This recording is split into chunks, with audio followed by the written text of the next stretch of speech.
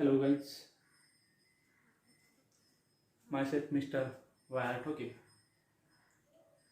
Assistant Professor of Swami Vivekananda Junior College, Sirsundi.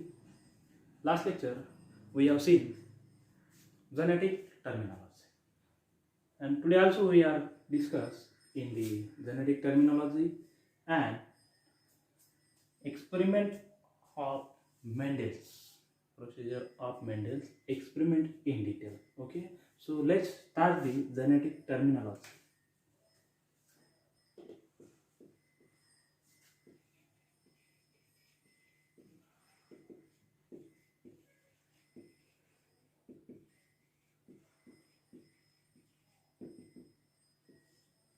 Genetic terminology, it is used as the number of terms in genetics, so called as the genetic terminology. So some terms are used genetics in our syllabus. So such as the first is a character, trait, factor. So first term is the character. First term is the character. Character means feature of an organism. Feature of an organism.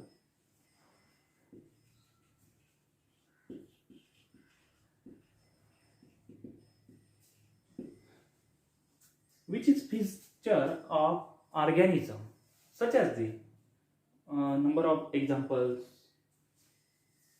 So first is the height of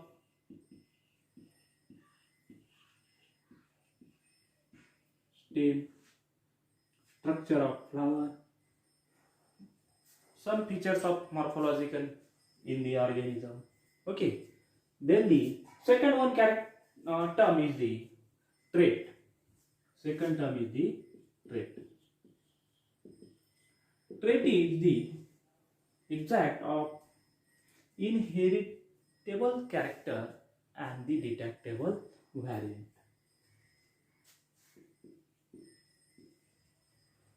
Inheritable character and detectable variant.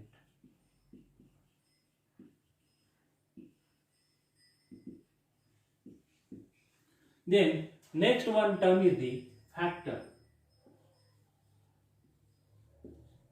Next term is the factor. Factor is also important term in the genetics, called as the unit of heredity. Unit of heredity. Factor is the unit of heredity.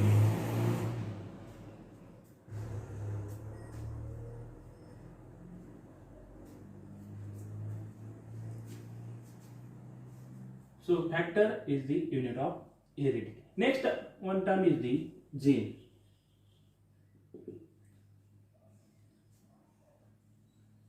Gene is the DNA segment, DNA fragment, RNA fragment. It is also called as the gene.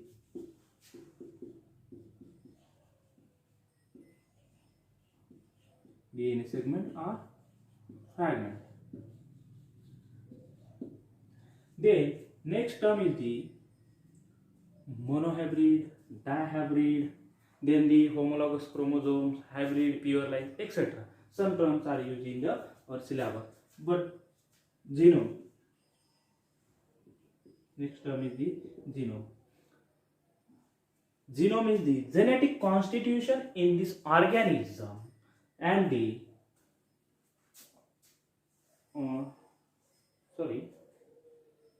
entire genome is the entire genetic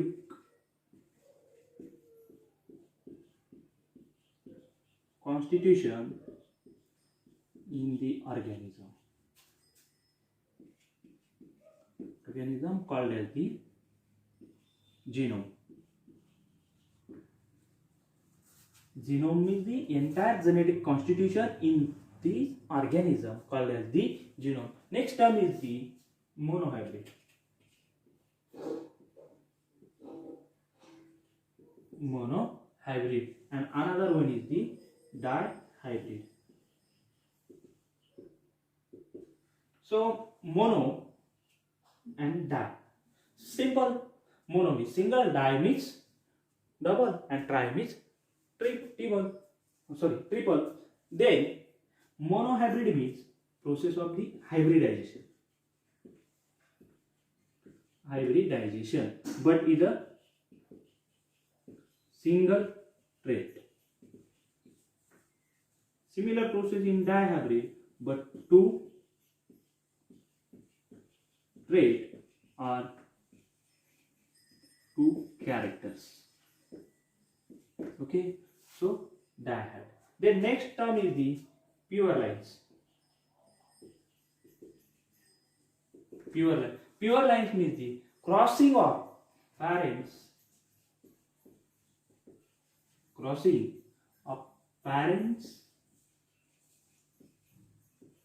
and F1, helping of F1 and the helping of F2 there as the F3. Then the such traits present in the F3 offspring, so called as the pure lines. Okay, next one, the hybrid. Next term is the hybrid. Hybrid means the total process of the hybridization. Okay, two desirable characters are available in two desirable characters are available in different characters in a such or same species, so called as the hybridization. Okay, then the next one term is the homologous chromosome.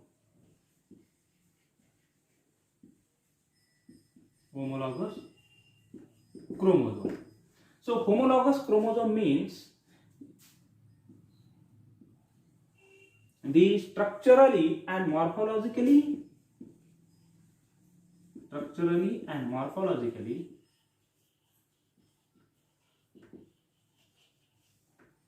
similar to diploid cell called as the homologous chromosome. Okay, there are some terms are used in genetics or the inheritance and variation. Then we in detail discuss in the above in some terms. So first term is the character. So character is the feature of an organism. So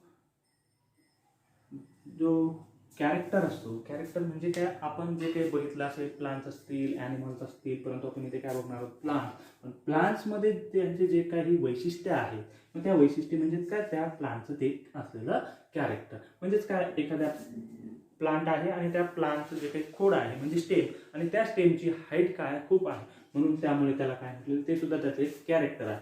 okay, त्यानंतर अजून एखादं प्लांटचं एक specific character आहे म्हणजे काय, तर आपण बघितलंय सगळ्यात लहान फ्लावरिंग प्लांट जे आहे तर ते म्हणजे कोणते, उल्पिया. आणि सगळ्यात मोठं फ्लावर जे आहे की फ्लावरिंग प्लांट्समध्ये अँजिओस्पर्ममध्ये, तर ते म्हणजे काय आहे आपलं रॅप्लिशिया आर्नॉल्डी. म्हणजे हे काय झालं, त्या प्लांटचं असलेलं कॅरेक्टर. आपण बघतोय फ्लावर आहे, नंबर ऑफ फ्लावर्स आहे बरोबर, परंतु त्यामध्ये त्यांचं कॅरेक्टर काय, एक तर त्याची साईज आणि दुसरं म्हणजे त्या साईजवरून त्यांच्यामध्ये असलेला बदल. मग सेकंड ट्रेट जो आहे तो म्हणजे काय, inheritance character and detectable variant. म्हणजे त्या ट्रेटमध्ये एक काय आहे, इनहेरिटन्स म्हणजे आपण जो काही बदल करणार आहोत त्याच्यामध्ये जे काही कॅरेक्टरचं आहे क्रॉसिंग करणार आहोत ते म्हणजे inheritable character. Okay, then the next term is the factor. Factors म्हणजेच काय, तर त्या ठिकाणी असलेले जे काही कॅरेक्टर्स आहेत, जीन्स आहेत आणि त्यापासून तयार झालेलं एक आपण त्याला काय म्हणतोय फॅक्टर. आणि तो फॅक्टर म्हणजे युनिट ऑफ हेरिडिटी. फॅक्टर म्हणजेच काय, हेरिडिटी म्हणजे जे काही चेंजेस आहेत, बदल्स आहेत त्यांच्यामधलं ते युनिट आहे, ते म्हणजेच काय फॅक्टर. आणि जीन म्हणजे तर सर्वांना माहिती, डीएनए फ्रॅगमेंट असेल, आरएनए फ्रॅगमेंट असतील, एक छोटासा जो काही तुकडा आहे त्या ठिकाणी त्याला आपण काय म्हणतो फ्रॅगमेंट. Next genome. जिनोम म्हणजे काय, entire genetic constitution of an organism. म्हणजे त्या ऑर्गॅनिझम मध्ये असलेले जेनेटिक कॉन्स्टिट्यूशन, त्यामुळे त्याला आपण काय म्हणतो genome. Next one monohybrid. Monohybrid म्हणजेच काय, मोनो आणि डाय दोघे अपोज आहेत. मोनो म्हणजे सिंगल, डाय म्हणजे डबल, आणि त्यामुळे त्यांच्यामध्ये होणारं हायब्रिडायझेशन म्हणजेच काय, तर मोनो आणि डायहायब्रिडायझेशन. मोनो म्हणजे काय, हायब्रिडायझेशन होतंय परंतु कोणापासून, सिंगल ट्रेट म्हणजे काय, दोन प्लांट्स, एकाच प्लांटच्या दोन वेगवेगळ्या व्हरायटी असतील आणि त्या दोन वेगवेगळ्या यांच्यामध्ये दोन वेगवेगळे असलेले कॅरेक्टर, परंतु त्यांच्यामध्ये क्रॉसिंग करायचे. पण ते कॅरेक्टर कोणते, पण ते कॅरेक्टर म्हणजे फक्त एकच कॅरेक्टर, त्यांच्यामध्ये असलेले एक कॅरेक्टर आणि त्यामध्ये केलेला बदल म्हणजे मोनोहायब्रिडायझेशन. आणि त्या ठिकाणी काय, डायहायब्रिडायझेशन म्हणजेच काय, तर एका प्लांटमध्ये दोन घेतलेले कॅरेक्टर आणि त्यांच्यामध्ये केलेलं हायब्रिडायझेशन म्हणजेच काय, तर डायहायब्रिडायझेशन. नेक्स्ट प्युअर लाईन्स म्हणजेच काय, तर एकच कॅरेक्टर आपण घेतलेलं आहे म्हणजे काय, ट्रेट त्या ठिकाणी आहे आणि त्याच्यामध्ये क्रॉसिंग करतोय. त्याच्यामध्ये क्रॉसिंग आपण किती वेळा केली, नंबर ऑफ 3 to 4 टाइम्स, म्हणजे मोनो असेल, डाय असेल, ट्राय असेल, ओके, टेट्रा सुद्धा असेल आणि कमीत कमी 3 ते 4 वेळा त्या ठिकाणी काय होतंय, त्यांच्यामध्ये हायब्रिडायझेशन होतोय. आणि तेच कॅरेक्टर म्हणजेच काय, F1 म्हणजे फर्स्ट जनरेशन असेल, सेकंड जनरेशन असेल, थर्ड जनरेशन नंतर सुद्धा ते कॅरेक्टर त्या क्रॉसिंग केलेल्या हायब्रिड व्हरायटीमध्ये आपल्याला मिळतंय. तर ते म्हणजे काय, तर प्युअर लाईन नंतर म्हणजे प्युअर लाईन कॅरेक्टर. हायब्रिड म्हणजे काय, crossing of the both single मोनोडाय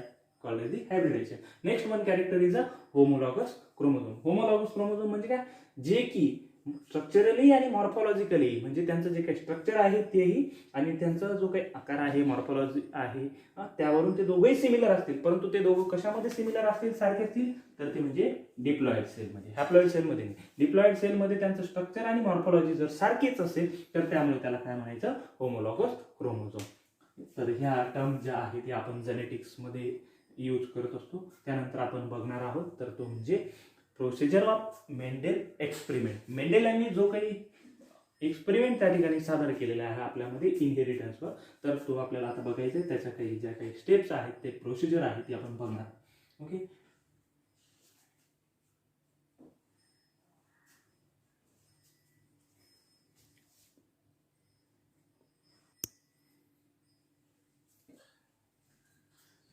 okay, आपण त्या ठिकाणी प्रोसिजर ऑफ मेंडेल एक्सपेरिमेंट बघणार आहोत. पण त्या अगोदर आपण जे काही जेनेटिक्स टर्मिनॉलॉजी या ठिकाणी बघितले त्यासाठी काही सिम्बॉल्स आहेत, ते सिम्बॉल सुद्धा आपण बघणार आहोत त्या ठिकाणी. मग बघा,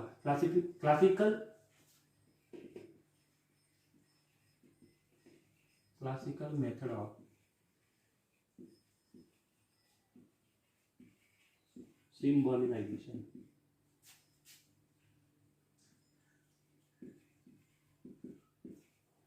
symbolization. So first is a first filial, second filial, third filial generation. Then approach. Then the first is the F1, first filial generation. First filial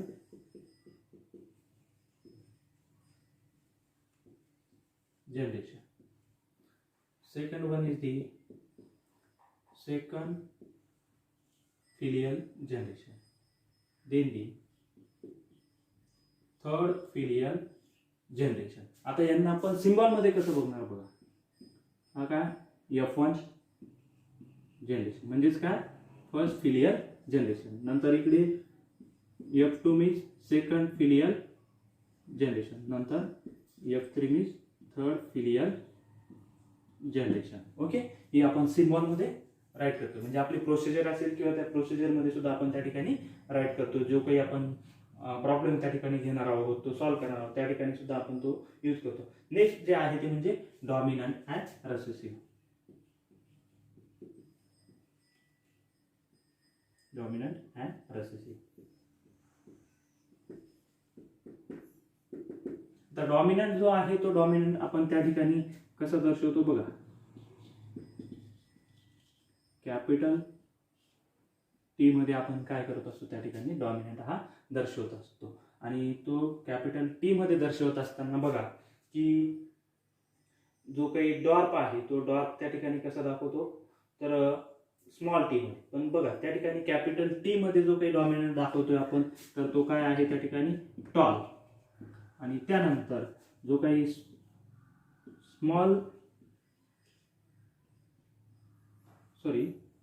capital Y मध्ये जो दाखवतो तो कॅपिटल वाय जर असेल तर तो कॅपिटल वाय म्हणजेच काय तर येलो कलर त्या ठिकाणी दाखवतोय. But second one is the recessive means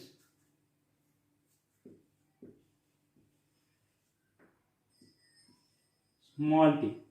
काय आहे recessive means small T indicate the dwarf. जो काही डॉर्फनेस असेल त्यासाठी आपण काय इंडिकेट करतोय स्मॉल टी. परंतु या ठिकाणी कुठल्याही प्रकारचा आपण नॉट फॉर कॅपिटल डी और स्मॉल डी आर यूज. आपण या ठिकाणी डॉर्कनेस जर दाखवायचा असेल तर त्या ठिकाणी आपण काय यूज करतो स्मॉल टी त्या ठिकाणी यूज करतो. आणि त्या ठिकाणी आपण कुठल्याही प्रकारचा डी किंवा स्मॉल डी कॅपिटल डी वापरत नाही. जसं की इथे आपण कॅपिटल टी काय इंडिकेट करतो डॉर्क, तसं आपण इथे डॉर्क असेल म्हणून डी यूज करणार नाही. त्यानंतर अजून सेकंड वन जो असेल तर तो म्हणजे काय स्मॉल वाय जो आहे तो स्मॉल वाय काय इंडिकेट करतो त्या ठिकाणी ग्रीन रिंकल. स्मॉल वाय काय करतोय ग्रीन कलर त्या ठिकाणी इंडिकेट करतो. त्या ठिकाणी आपण कुठल्याही प्रकारचा परत असेल नॉट फॉर कॅपिटल जी और स्मॉल जी त्या ठिकाणी आपण ते यूज करत नाही. त्यानंतर अजून आपल्या दोन सिम्बॉल बाकी आहेत. ते दोन म्हणजे काय फिमेल असेल आणि मेल असेल. तर त्या ठिकाणी फिमेलचा सिम्बॉल जो आहे तर तो त्या ठिकाणी कसा आहे बघा.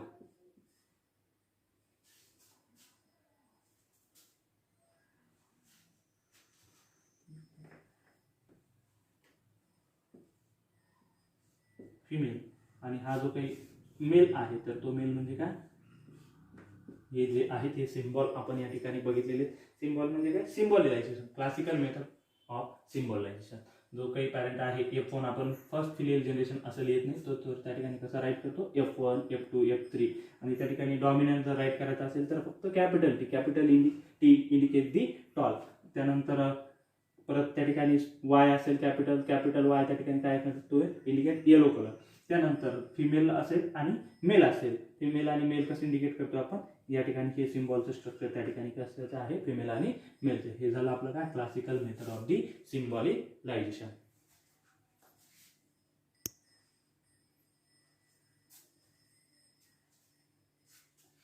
Then next start the procedure of Mendel's experiment.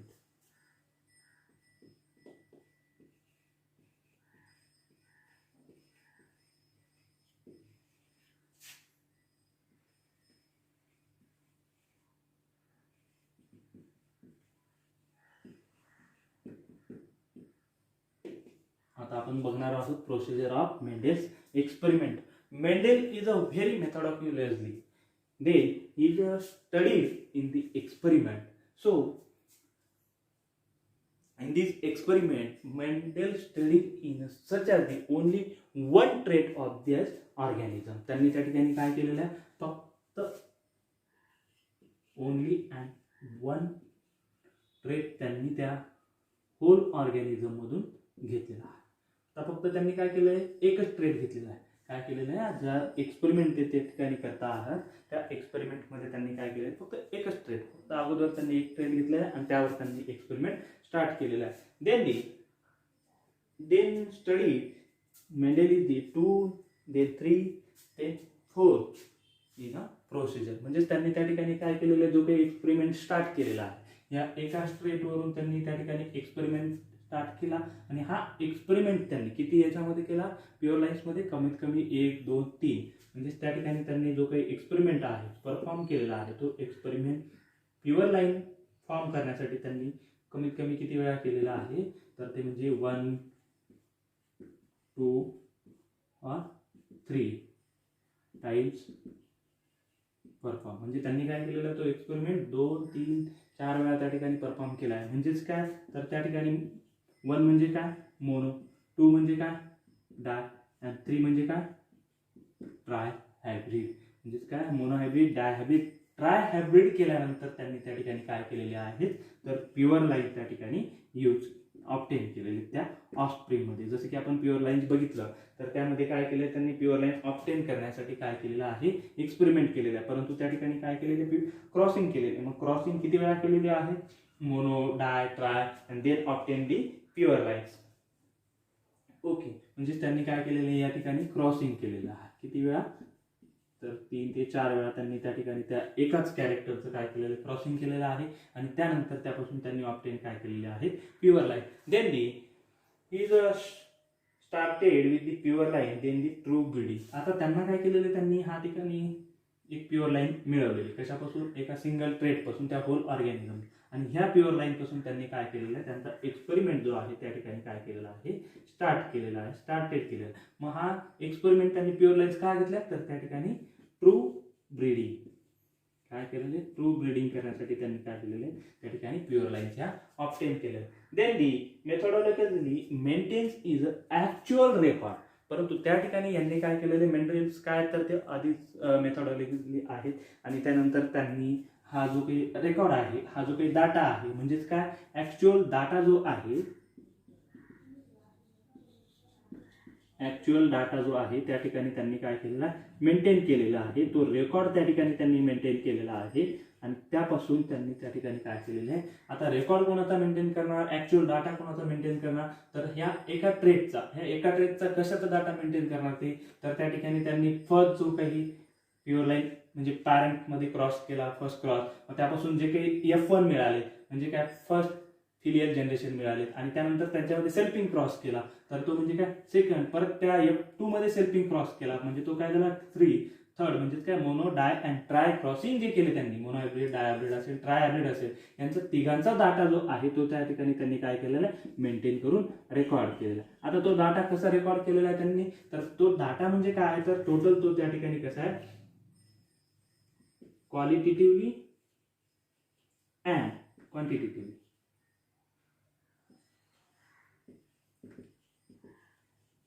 म्हणजे त्यांनी क्वालिटी पण त्या ठिकाणी मेंटेन केलेली आहे. आणि त्याची क्वांटिटी किती असेल, त्या सेटची असेल, त्यानंतर त्या प्युअर लाईनची असेल, नंतर F1 मध्ये कसा असेल, F2 मध्ये कसा असेल, F3 मध्ये कसा असेल, हा डाटा त्यांनी त्या ठिकाणी काय केलेला आहे, मेंटेन केलेला. Then he conducted the experiment in these 3 steps. आणि त्यानंतर त्यांनी हा जो काही डाटा आहे, हा डाटा त्या ठिकाणी मेंटेन केलेला आहे. आणि त्यानंतर त्यांचा एक्सपेरिमेंट जो आहे, तो एक्सपेरिमेंट त्यांनी कशामध्ये कंडक्ट केलेला आहे, तर टोटल 3 स्टेप्स मध्ये. Then he conducted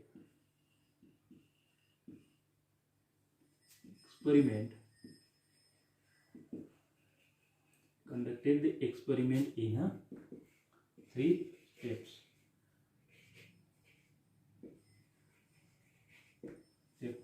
Such steps, that is such as the step ज्या आहेत त्या स्टेप्स आपण त्या ठिकाणी बघणार आहोत. मेंडल्सनी पूर्ण होल एक्सपेरिमेंट त्या ठिकाणी कशावर केला, अगोदर फक्त एका ट्रेटवर म्हणजे एका कॅरेक्टरवर त्या ठिकाणी त्यांनी काय केलेलं आहे, एक्सपेरिमेंट केलेला आहे. परंतु हा एक्सपेरिमेंट त्या ठिकाणी त्यांनी किती स्टेपमध्ये केलेला आहे, 3 स्टेपमध्ये. मोनो हायब्रिड, डाय हायब्रिड आपण काय म्हटलेलं, त्यांना डायमध्ये आपण 2 कॅरेक्टर वापरतो, परंतु तसं नाही. इथे त्यांनी फक्त काय केलं, एकच कॅरेक्टर घेतलेलं आहे. पण त्यामध्ये किती F1, F2, F3 जनरेशन त्या ठिकाणी केले. त्यानंतर प्युअर लाईन त्यांनी ऑब्टेन केल्या. आणि ह्या प्युअर लाईन्सचा त्यांनी काय उपयोग केला आहे, एक्सपेरिमेंट स्टार्ट करण्यासाठी. परंतु त्या प्युअर लाईन्स कशा आहेत, ट्रू ब्रीडर्स आहेत, म्हणून त्यांचा त्या ठिकाणी त्यांनी एक्सपेरिमेंट स्टार्ट करण्यासाठी एक सॅम्पल कलेक्ट केलेला प्युअर लाईनच्या स्वरूपात. मग आता त्यांनी त्यांचा एक्सपेरिमेंट किती यांच्यात कंडक्ट केलेला आहे, तर 3 स्टेप्समध्ये. मग या 3 स्टेप्स कोणकोणत्या त्या ठिकाणी आपण बघूया.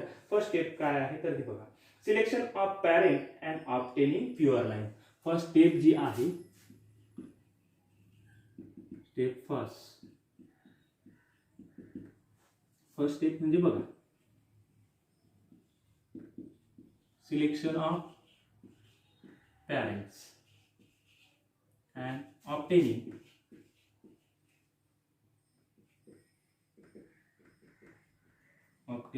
Pure lines.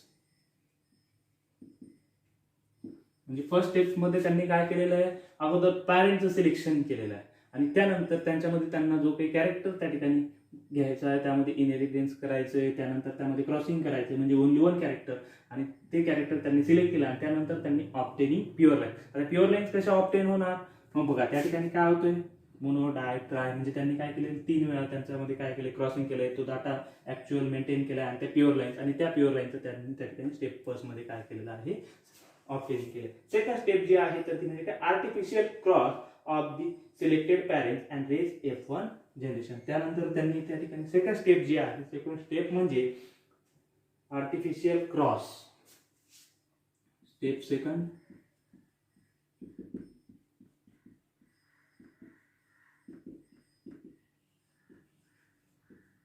Artificial cross of F1 generation. म्हणजे त्या ठिकाणी त्यांनी काय केलेलं आर्टिफिशियली तो डाटा त्या ठिकाणी क्रॉस केलेला आहे आणि त्यापासून जे काही पॅरेंट्स आहे त्यांच्यामध्ये बघा त्यांनी हा आर्टिफिशियल क्रॉस केलेला आहे आणि त्यानंतर हा आर्टिफिशियल क्रॉस कोणामध्ये केलेला आहे या पॅरेंट्समध्ये आणि त्यानंतर raise to F1 generation. Raise to F1 generation. Then आता आर्टिफिशियल क्रॉस कसा करणार बघा. आर्टिफिशियल क्रॉस म्हणजेच काय तर त्या ठिकाणी काय कोणती प्रोसेस येणार आहे तर ती प्रोसेस म्हणजे इमॅस्क्युलेशन. आता इमॅस्क्युलेशन म्हणजे काय तर removal of stamens before the anthesis. Emasculation म्हणजेच काय removal of stamens before the anthesis and emasculation is process complete in performing the bird condition. Flower जेव्हा बर्ड कंडिशनमध्ये असतं त्यावेळेस ही प्रोसिजर काय होते तर त्या ठिकाणी आपण परफॉर्म करतो. म्हणजे त्या ठिकाणी जो काही अँथर आहे आणि स्टॅमिना आहे जे फ्लावर आहे ते बर्ड कंडिशनमध्ये असेल त्यावेळेस आपण तो फ्लावर ओपन करतो. त्या ठिकाणी तो जो काही स्टॅमिन आहे तो स्टॅमिन त्या ठिकाणी रिमूव्ह करतो आणि रिमूव्ह केल्यानंतर त्या ठिकाणी कोणती प्रोसेस कंप्लीट होते इमॅस्क्युलेशन. आणि ही इमॅस्क्युलेशनची प्रोसेस यूज करून मेंडेल यांनी काय केलेले आर्टिफिशियल क्रॉस त्या ठिकाणी केलेला आहे. बघा त्यानंतर थर्ड स्टेप जी आहे थर्ड स्टेप म्हणजे बघा then the third step is a selfing of F1 hybrids to raise the F2 hybrids. त्या ठिकाणी काय आहे क्रॉसिंग केलेलं आहे परत पुन्हामध्ये selfing of F1 hybrids to raise F2 hybrids.